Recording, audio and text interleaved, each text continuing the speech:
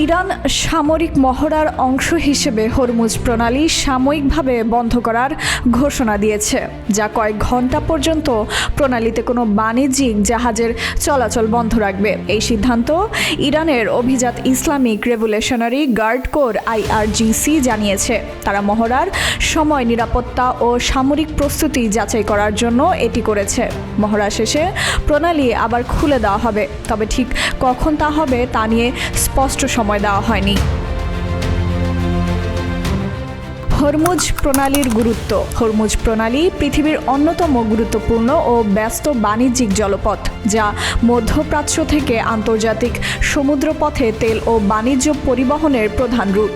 এই প্রণালী দিয়ে প্রতিদিন প্রায় 20 মিলিয়ন ব্যারেল তেল ও উল্লেখযোগ্য পরিমাণ প্রাকৃতিক গ্যাস পরিবহিত হয়, যা আন্তর্জাতিক জ্বালানি সরবরাহের প্রায় 20 থেকে 30%।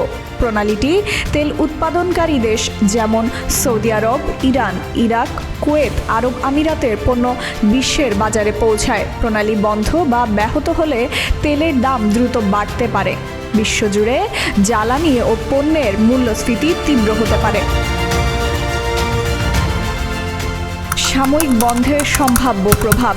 এই ধরনের সাময়িক বন্ধ আন্তর্জাতিক বাজার ও জ্বালানি সরবরাহে আত্মবিশ্বাস কমাতে পারে।